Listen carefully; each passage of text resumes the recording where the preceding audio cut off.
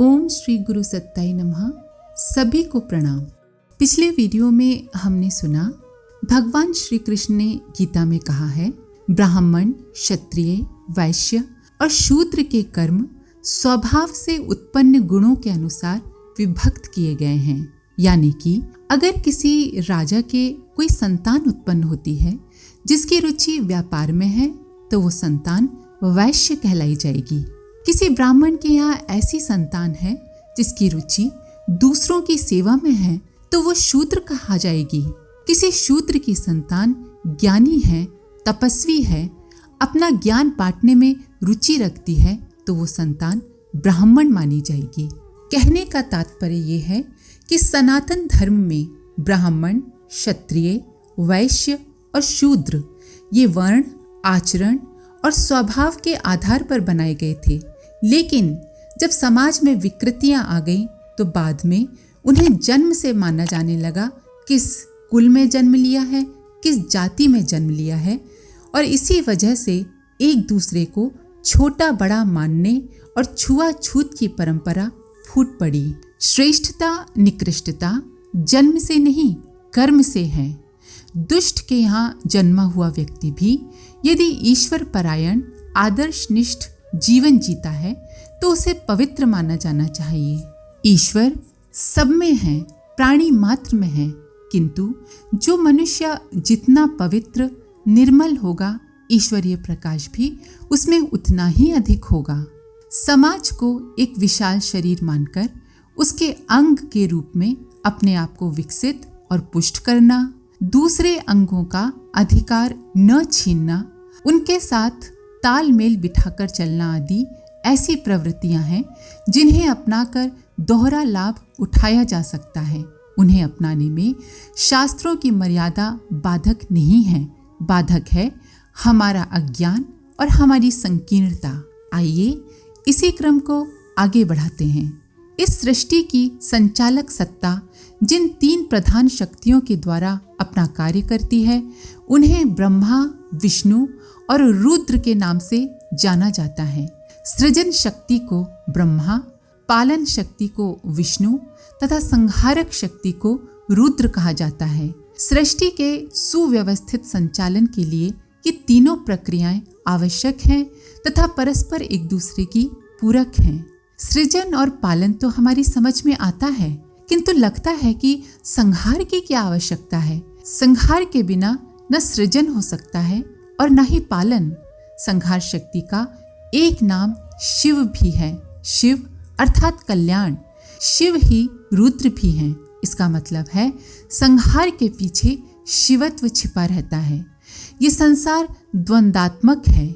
यहाँ तमोगुण सदैव सतोगुण को निगलने के लिए प्रस्तुत रहता है। अतः तमोगुण का प्रतिकार भी सत्वगुण की स्थापना का एक अनिवार्य अंग है। अच्छाई एवं बुराई में कोई समझौता नहीं है। जहाँ अच्छाई होगी वहाँ बुराई नहीं रह सकेगी तथा जहाँ बुराई होगी वह अच्छाई को समाप्त कर देगी। इसीलिए बुराई को समाप्त किए बिना अच्छाई की स्थापना असंभव है। इस सृष्टि में संतुलन स्थापित करने वाली सत्ता जब भी अवतरित होती है तो दुष्टता का विनाश उसका एक प्रधान कार्य होता है। विनाशाय च दुष्कृताम उसका घोषित कार्यक्रम है, क्योंकि कुछ दुष्ट बुद्धि व्यक्ति किसी के कहने से या तो औचित्य की बात समझते ही नहीं हैं अथवा समझकर भी मनमानी करने पर तुले रहते हैं। ऐसी स्थिति में समाज का संतुलन बनाए रखने के लिए दंड नीति का सहारा लेना ही पड़ता है। श्री कृष्ण जी के बड़े भाई बलराम जी ने दुर्योधन को गदा युद्ध का प्रशिक्षण दिया था। इस नाते वे उसके गुरु भी थे।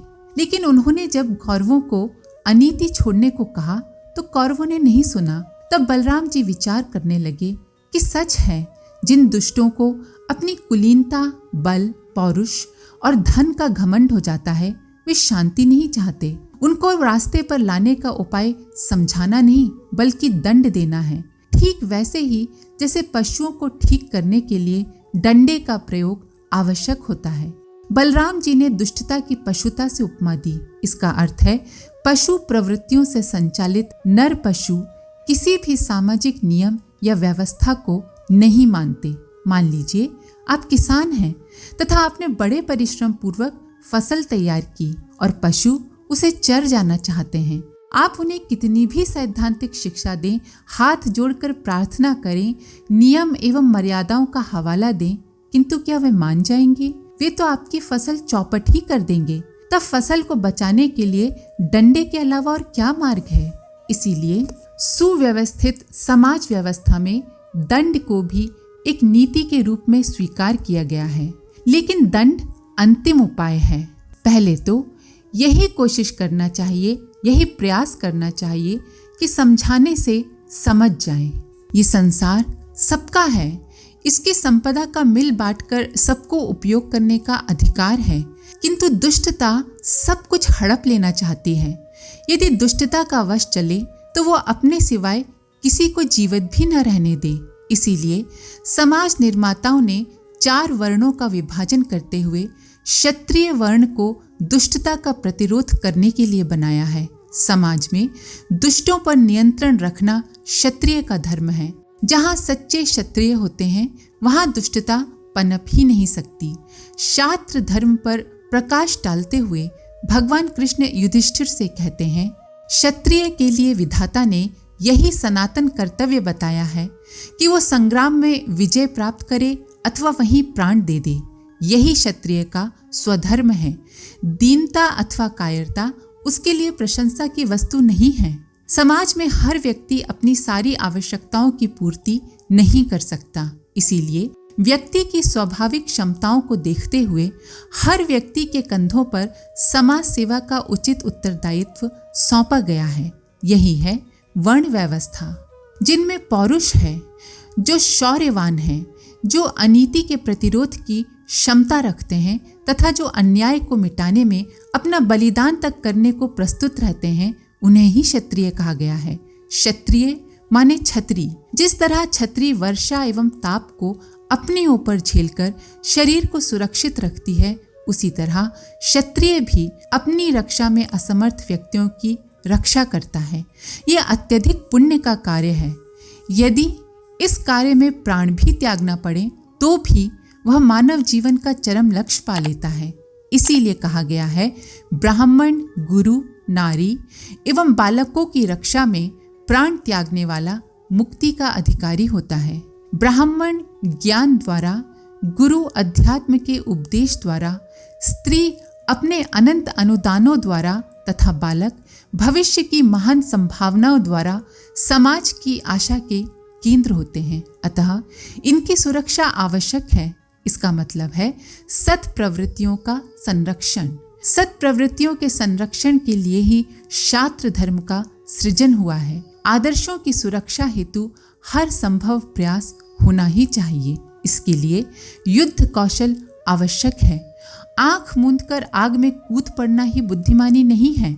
समय और परिस्थिति के अनुसार ही कार्य करना चाहिए। बलिदान से डरना भी नहीं चाहिए, किंतु जोश में होश खोकर स्वयं को नष्ट कर देना परोक्ष रूप से समाज की ही हानि है। अस्तु प्रतिरोध के समय समझदारी से स्थिति को तौलकर कार्य पद्धति निश्चित करनी चाहिए। दुष्ट जरासंध को नष्ट करने की सलाह करते हुए भगवान कृष्ण अर्जुन से कहते हैं, जिनकी सेनाएं मोर्चा बांधकर खड़ी हों और जो अत्यंत बलवान हो, ऐसे शत्रुओं के साथ युद्ध नहीं करना चाहिए। ये बुद्धिमानों की नीति है। यही नीति यहाँ मुझे भी अच्छी लगती है। यदि बिना पूर्व तैयारी के संघर्ष किया जाए तो वो विशेष फलदायक नहीं होगा। संघर्ष के पूर्व अपनी और शत्रु की शक्ति का अंदाज लगाकर ही कार्य प्रारंभ करना चाहिए। हमारा उद्देश्य किसी भी तरह दुष्टता को मिटा देना ही होना चाहिए।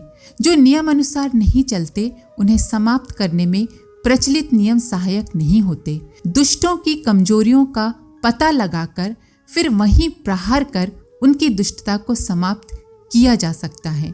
जरासंध को समाप्त करने में भगवान कृष्ण ने इसी नीति का आश्रय लिया था। उसकी राजधानी में मुख्य द्वार से न जाकर परकोटे को लांघ कर ही प्रवेश किया।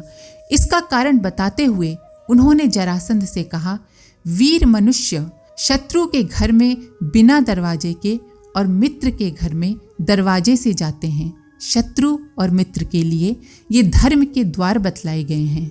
दुष्ट की एक विशेषता होती है कि वो स्वयं तो अनीति करता है पर दूसरों से नीति की आशा करता है। जब तक धर्म भीरु नीतिरत रहकर उसकी दुष्टता में सहयोग करते रहते हैं तब वो बड़ा प्रसन्न रहता है, किंतु जब नहले पे दहला पड़ता है तब वो खींचने लगता है। पर दुष्टता को मिटाने के सिवाय अन्य कोई मार्ग ही ना हो तब क्या किया जाए। इसीलिए शठे शाठ्यम समाचरित का उपदेश दिया गया है। शठे शाठ्यम समाचरित का अर्थ है दुष्ट के साथ दुष्टता का ही व्यवहार करना चाहिए, क्योंकि उसको इसके सिवाय और कुछ समझ में नहीं आता। भगवान कृष्ण ने इसी नीति के आधार पर दुष्टों का उन्मूलन किया था। जरासंध दूसरों से तो नीति एवं धर्म की आशा करता था, किंतु उसका आचरण किस प्रकार का था।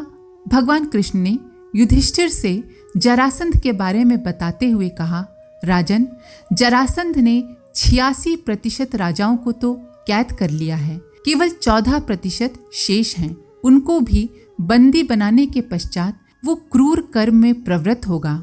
जो उसके इस कर्म में विघ्न डालेगा वो उज्जवल यश का भागी होगा, तथा जो जरासंध को जीत लेगा वो निश्चय ही सम्राट होगा।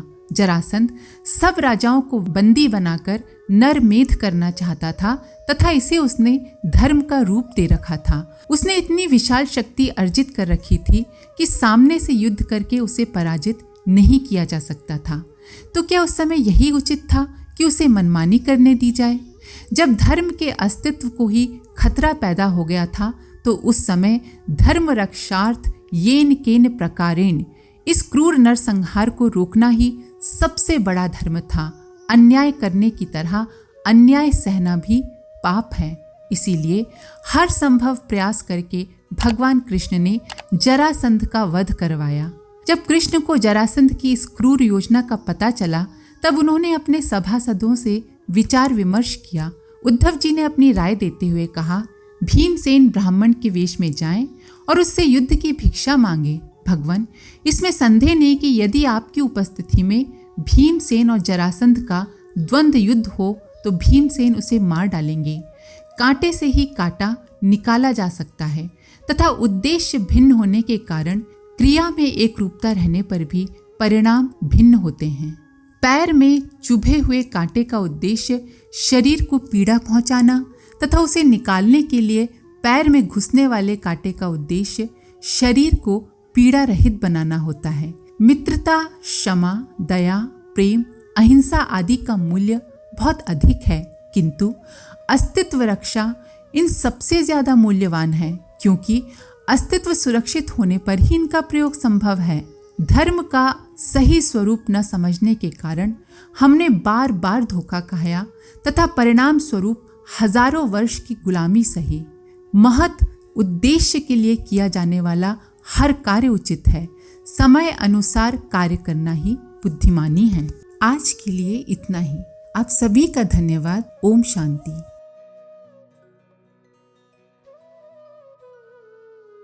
हमारे YouTube चैनल को सब्सक्राइब करें और बेल आइकन को दबाकर ऑल पर क्लिक करें ताकि आने वाले सभी वीडियोस की नोटिफिकेशन आपको मिलती रहे।